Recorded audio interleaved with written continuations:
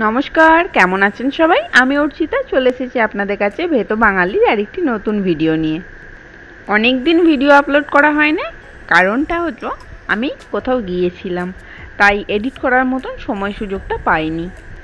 যাই হোক, আজ অনেক দিন পর আবার ভিডিও আপলোড করছি। আশা করি আপনাদের ভালো লাগবে। ভিডিওটা সম্পূর্ণ দেখবেন আর পাশে থাকবেন। ভালো লাগলে কি করতে হবে সেটা তো আপনারা জানেনই, তবুও বলে দিই, লাইক, শেয়ার অ্যান্ড সাবস্ক্রাইব।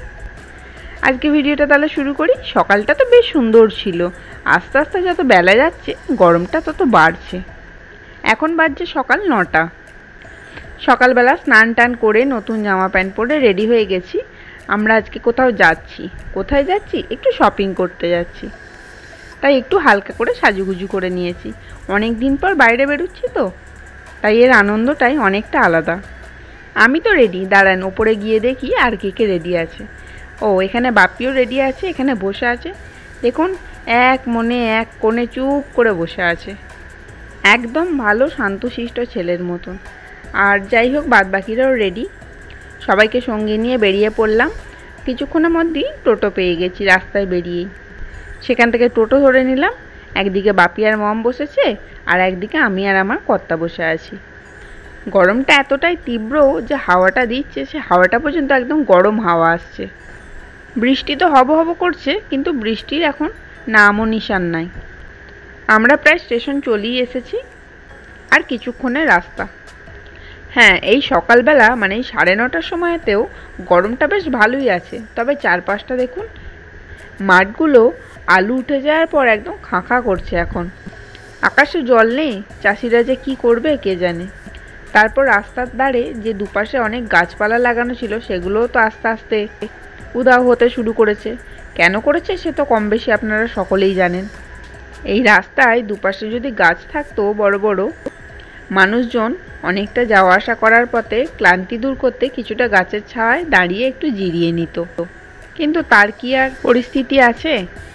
গাছপালা সমস্ত কেটে দরকারি অদরকারি আসবাবপত্র তৈরি হচ্ছে। এখন সব গাছপালা কেটে দিন, পরে অক্সিজেনের প্রয়োজন হলে তখন কাঁধে করে নিয়ে সিলিন্ডার ঘুরে বেড়াবেন। যে হারে জলবায়ুর পরিবর্তন হচ্ছে, তাতে পৃথিবী ধ্বংস হতে খুব বেশি মনে হয় আর সময় লাগবে না। তাই এখনও সময় আছে।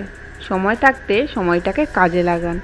2-4টে গাছপালা বসান বাড়ির চারপাশে, তাতে বাড়িটাও একটু ঠান্ডা হবে, আর আপনারা আমরা সবাই একটু গরমের হাত থেকেও বাঁচব। কোথায় 45 ডিগ্রি টেম্পারেচার, ভাবতে পারছেন? আপনি আমি কি কোনোদিন ভেবেছি যে এত দূর পর্যন্ত যেতে পারবে? ছোট থেকে তো অনেক গরম দেখে আসছি, কিন্তু এবছর টেম্পারেচার একদম আকাশ ছুঁই করে গেছে। বৈশাখ মাসের শুরুতেই যদি এরকম অবস্থা হয়, না জানি আর কীরকম গরম আমাদের সহ্য করতে হবে, আর বাঁচবো কি না তারও সম্ভাবনা ঠিক বলা যাচ্ছে না। এদিকে রাস্তাটা অনেক দিন ধরেই তৈরি হচ্ছে। রাস্তাটার যে অবস্থা কি আর বলবো। একটা গাড়ি পাশ দিলে আর একটা গাড়ি যেতে পারে না। আজ প্রায় 1 বছর ধরে এই রাস্তাটা দিয়ে যাওয়া আসা করছি। টুকটাক টুকটাক কাজ লেগেই আছে। আর এই দেখুন, এখানটা দেখতে পাচ্ছেন পুরো রড বেরিয়ে আছে, মানে দুর্ঘটনা হতে খুব একটা বেশি সময় লাগবে না। সেই কারণেই এখানটায় গাড়ি একটা একটা করে পাশ দিচ্ছে। ওপাশ থেকে একটা গাড়ি আসার পর তারপর এপাশ থেকে একটা গাড়ি যাবে। কি ভয়ঙ্কর পরিস্থিতি এই রাস্তাটার, প্রাণটা যেন বেরিয়ে হাতের মধ্যে নিয়ে যাচ্ছে। যাই হোক, পেরিয়ে গেছি এই জায়গাটা। আমাদের গ্রামেতেও যে হারে গাছপালা কাটা হচ্ছে হু হু করে, তাতেই সুন্দর শান্তির একটা মনোরম পরিবেশ। মরুভূমি হতে খুব বেশি সময় লাগবে না। আর একটা জিনিস খেয়াল করেছেন, এবছর কিন্তু আমের পরিমাণটা খুব কম হয়েছে। হ্যাঁ, কাঁঠালটা হয়েছে দেখছি, মানে কম বেশি অনেক গাছই দেখতে পাচ্ছি, কাঁঠালটা বেশ ভালোই হয়েছে, কিন্তু আমের ফলনটা এবছর খুব কম। হয়তো দামটাও অনেক বেশি যাবে। দেখি সাধ্যের মধ্যে থাকলে তবেই তো কিনে খাবো। আমাদের গাছেও এবারে না খুব বেশি আম হয়নি, ওই 2টো কি 3টে খুব বেশি হলে হয়তো এরকম হয়েছে। আর আপনারা তো জানেনই আগের বছর ঝড়েতে কি আমাদের অবস্থা গেল। সেই পিছনের দিকে বড় দেবদারু গাছের ডালটা মাথার দিক থেকে পুরো ভেঙে একদম পাঁচিলের উপর পড়ে একটা বড় আম গাছের ডালের উপর পড়ে সে যাচ্ছে তাই কাণ্ড হয়েছিল। সে একদম সেই মানে জল খাবার বেলা থেকে সারা সন্ধে পরের দিন সকাল পর্যন্ত আমাদের যাচ্ছে তাই অবস্থা। আম কুড়োতে, ডালপালা কাটতে, সরাতে, এই আর কি। গল্প করতে করতে স্টেশন পৌঁছে গেলাম। আর এই দিকটা তো আগেই আপনাদের দেখিয়েছি। বাঁকুড়ার লাইনটা হচ্ছে, একদম বাঁকুড়া থেকে ডাইরেক্ট এখান থেকে হয়ে হাওড়া চলে যাবে। আর এই ওভারব্রিজের সিঁড়িগুলো এত খাড়া না, মোমের চড়তে ভীষণ কষ্ট হচ্ছে, তাই অনেকটা হাত ধরে ধরে নিয়ে যাওয়া আসা করছি। আর একটু বয়স্ক মানুষ হলে এইভাবে সিঁড়ি দিয়ে ওঠানামা কী করে করবে কে জানে। তবে এখন অনেক জায়গাতেই দেখছি লিফটের প্রচলন হয়েছে, কি জানি আমাদের এইগুলোতে এখন কবে আসবে। এলে বেশ ভালোই হয়, মানুষ তো সবটাই সুখের মধ্যে বাস করতে চায়, তাই আমরা একটু সিঁড়ি ভাঙতেও কষ্ট পাচ্ছি। আর এখানে গরমের কর্তামশাইয়ের হাল বেহাল হয়ে গেছে।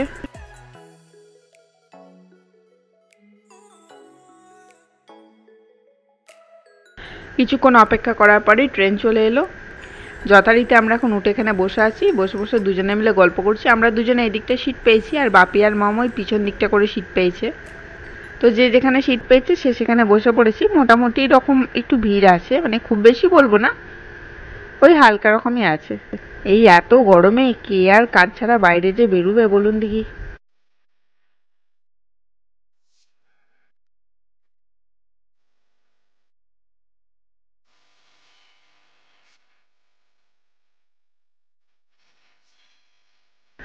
এই প্যাচ প্যাচে গরমে একটু করে ঘাম মুচ্ছি আর বসে আছি। যাই হোক, দেখতে দেখতে কিছুক্ষণে পরই বর্ধমান চলে এলাম।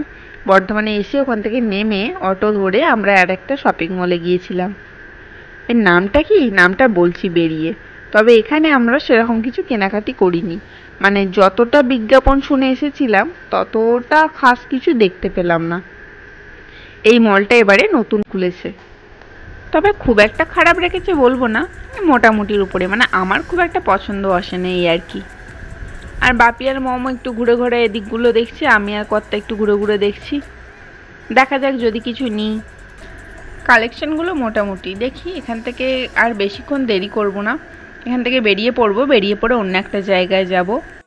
এই শোরুমটা বর্ধমানে মুচিপাড়াতে, মানে নীলপুর মোড় থেকে ওই পুলিশ লাইনের দিকে আসতে হয়।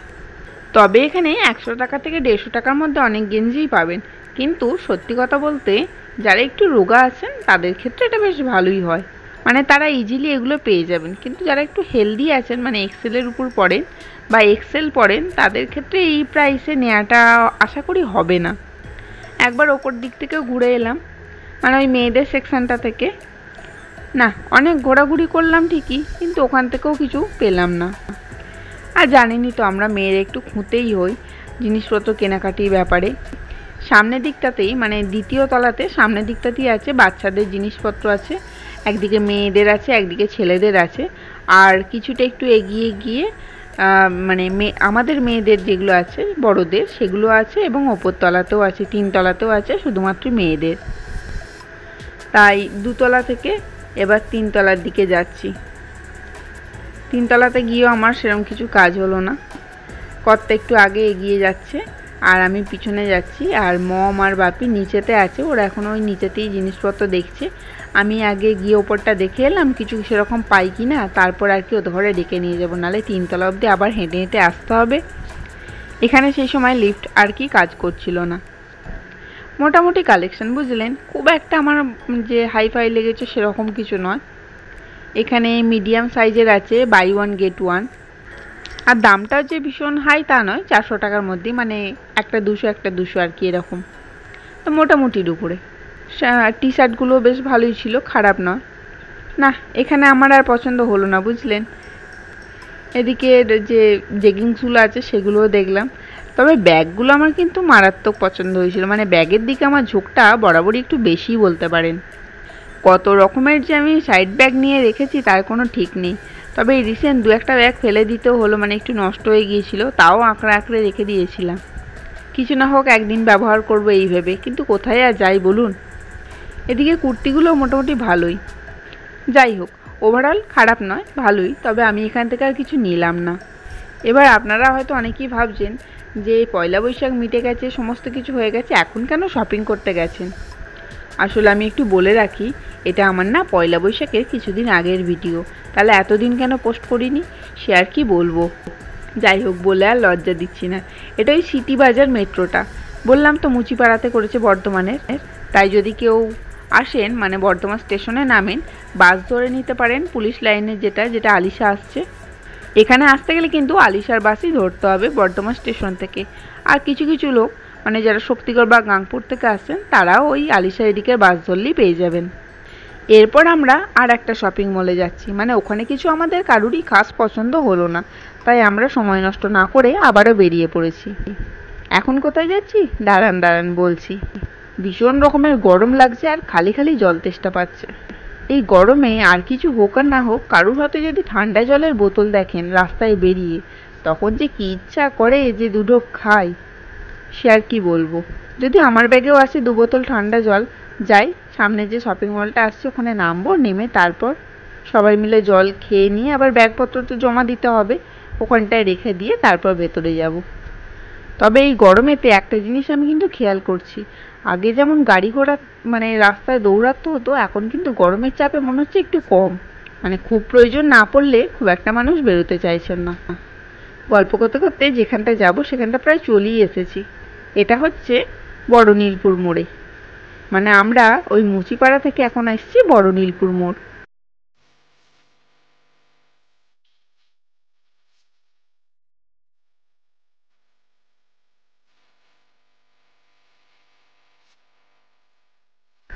এখনো পেটের দায়ে কত মানুষ রাস্তায় জুস বিক্রি করছে, কিছু কিছু লোক ফল বিক্রি করছে।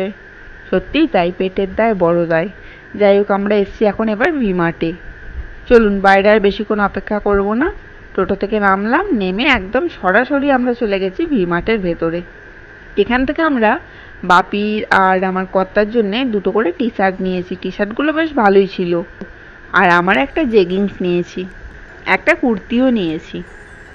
অনেক কিছুই বেশ পছন্দ আসছিল, কিন্তু পয়লা বৈশাখের বাজার খুব বেশি নিয়ে তো লাভ নেই, আবার পুজোর সময়তেও নিই।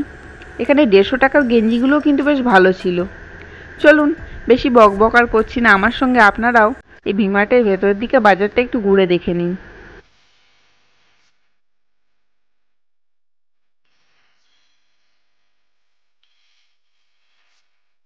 তবে আজকে বেশ ভালোই লাগছে, একটু গরমে ঘুরতে কষ্ট হচ্ছে ঠিকই, কিন্তু রান্না বান্না নেই, ঘরে কোনো কাজকর্ম নেই, আপাতত একটু রিল্যাক্সে ঘুরে বেড়াচ্ছি। আর বিশেষ করে মেয়েদের শপিংয়ে এলে তো বেশ ভালোই লাগে, এটা তার নতুন করে বলার কিছু না। এখানে 99, 149, 199, 249-এ অনেক টি শার্ট শার্ট বিক্রি হচ্ছে। তবে 99 দেখে থেমে যাবেন না, মানে এই লটটা পুরোটাই 99-এ নয়, কিন্তু এটা থেকে শুরু। আমরা অনেক সময় যখন জামা কাপড় কিনতে যাই গিয়ে ওপরের দিকে প্রাইস লিস্টটা দেখে নিই, ও এটা 150 টাকায় মাত্র, তারপর ভেতরের দিকে গেঞ্জিটার প্রাইস লিস্টটা খেতে না ওটা তো মনে হয় 499 টাকা, 399 টাকা এরকম লেখা থাকে। তখন আমরা ওই মলেরই কোনো একটা কর্মচারীকে ডেকে আবার জিজ্ঞাসা করে নিই, তখন তিনি বলেন যে না ম্যাডাম, এটা এই 150 টাকা থেকে শুরু আছে, 150 টাকা থেকে এখানে প্রায় 1000 টাকার মতন দামের মধ্যে আছে। এই ভুলটা আমি অনেকবারই করে থাকি, আমার মতো আপনারাও কি এরকম ভুলটা করে থাকেন? কমেন্ট বক্সে অবশ্যই জানান। ওদিকে দেখার পর এবার একটু এদিকটা এলাম, গ্রসারির দিকটা। গ্রসারি বললে ভুল হবে, এগুলো গ্রসারি নয়, ওই ঘরের টুকিটাকি কিচেনের জিনিসপত্র, কাপ ডিশ এই সমস্ত সেট। ওগুলো দেখার পর একদম চলে এসেছি ওপরতলায়। এখানেও সামনের দিকটা ছিল বাচ্চাদের জিনিসপত্র আর ভেতর দিকটা ছিল বড়দের। এখান থেকে কি কি নিলাম সে তো আপনাদের জানালামই। সবকটা শপিং মলে গিয়েতেই এই যে অরেঞ্জ কালারের বোতলটা দেখছেন, নামটা বলছি না কেননা আমি কারো স্পন্সর করতে চাই না। ফ্রিতে কেন করব, টাকা দিলে একটা আলাদা ব্যাপার ছিল, তখন তো সেক্ষেত্রে বলতেই হয়। তো এই জিনিসটা সমস্ত শপিং মলেতেই কিন্তু পাবেন এই কোম্পানির প্রোডাক্টটা। আর এখানেও বেশ ভালো ভালো ব্যাগ ছিল। আমার না ড্রেস তো দেখি ঠিকই, কিন্তু এই ভালো ভালো ব্যাগ দেখলে না আমার চোখটা যেন ওখানেই দাঁড়িয়ে যায়, মনে হয় এটা নেবো না ওটা নেবো। কিন্তু আবার ভাবি এত ব্যাগ নিয়ে যে কি করব তার কোনো ঠিক নেই, বেরোই তো কোথাও না, আর বেরোলেও ব্যাগ সবসময় নিয়ে বেরোনো হয় না। তাই মনটাকে একটু চেপে রেখে ভাবলাম না থাক, ঘরে অনেক ব্যাগ আছে, আগে সেগুলো ব্যবহার করি, তারপর না হয় আবার কিনবো। ওখান থেকে বেরিয়ে আমরা চলে এসেছি একটা বিরিয়ানির দোকানে। বিরিয়ানি খেতে আমার আর আমার কর্তা তো সবসময়ই ভালো লাগে। তবে একটা জিনিস দেখছি, মানে প্রথম প্রথম বিরিয়ানি পেলেই হলো, আর এখন যত দিন যাচ্ছে তত যেন একটু চুজি হয়ে যাচ্ছি। মানে বিরিয়ানি ঠিক আছে, এটাই মশলা বেশি ওটাই মশলা কম, এটা একটু তেল বেশি ওটায় তেল কম, এটার টেস্টটা এরকম ওর দোকানের টেস্টটা এরকম, মানে পছন্দের দিকটা না খুব টাফ হয়ে যাচ্ছে। যাই হোক, আমরা নিয়ে নিয়েছি 4 জনের 4 প্লেট বিরিয়ানি। এইখানেতেই আমরা ভুলটা করেছিলাম। আর নিয়ে নিয়েছি চিকেন চাপ, 4টে চিকেন চাপ আর 4টে বিরিয়ানি তুলতে আমাদের তো একদম হাড় হিম হয়ে গিয়েছিল। মানে হাফ হাফ করে বিরিয়ানি নিলে প্রায় উঠেই যেত। কিন্তু ওই যে খাবো ভেবেছিলাম, খেয়ে ফেলবো ভেবেছিলাম, ওটাই ভেবে ফেলাটা একটু ভুল হয়েছিল, একটু চাপ হয়ে গিয়েছিল। তার পাশেই আমরা এখন চলে এসেছি রিলায়েন্স মার্টে। এখানে এসে ওরা সবাই গ্রসারি জিনিসপত্র কিনছে, আর আমি এতটাই আলা হয়ে গেছি, এতটাই টায়ার্ড হয়ে গেছি, এখানে চুপ করে আমি বসে পড়েছি। আর অনেক জিনিসপত্র কেনার আছে, সব লিস্ট করে দিয়েছি। আমি এদের থেকেই করছি, যখন যেটা মনে পড়ছে না, আমাদের বাড়িতে একটা হোয়াটসঅ্যাপ গ্রুপ আছে, মানে আমি, বাপি, মম আর আমার কর্তা মিলে। তো বেসিক্যালি সেটাতে কি হয়, যখন কোনো দোকানদানি কিছু আনতে হয় ওইখানটায় লিখে দিই, তাহলে যেই বাইরে যাবে তার ফোনে দেখে নিলেই হয়ে যায় যে কি আনতে হবে। আর এটা করাতে আমার অনেক সুবিধা হয়েছে। আপনাদের ঘরেও বলে দিলাম, যদি মনে হয় আপনারাও করবেন। সেখান থেকে বেরিয়ে আমরা আরও একটা দোকানে গিয়েছিলাম, সেই ভিডিওটা পরেতে আপলোড করছি। আজকে ভিডিওটা আপলোড করলে অনেকটা বড় হয়ে যাবে, মানে এখনই তো প্রায় 18 মিনিট 28 সেকেন্ড আর 6 মিলি সেকেন্ডের ভিডিও হয়ে গেছে। যাই হোক, সেই জন্যই আজকে ভিডিওটা আর বড় করছি না। হ্যাঁ, আপনাদের সঙ্গে একটা কথা আছে। কি কথা বলেই দিই, আপনারা যারা আমার ভিডিও দেখছেন তাদের করে অসংখ্য ধন্যবাদ। এইভাবেই পাশে থাকুন, এইভাবেই সাথে থাকুন, আর কমেন্ট বক্সে অনেক অনেক ভালোবাসা দিন। আজকের ভিডিওটা আর বেশি বাড়াচ্ছি না।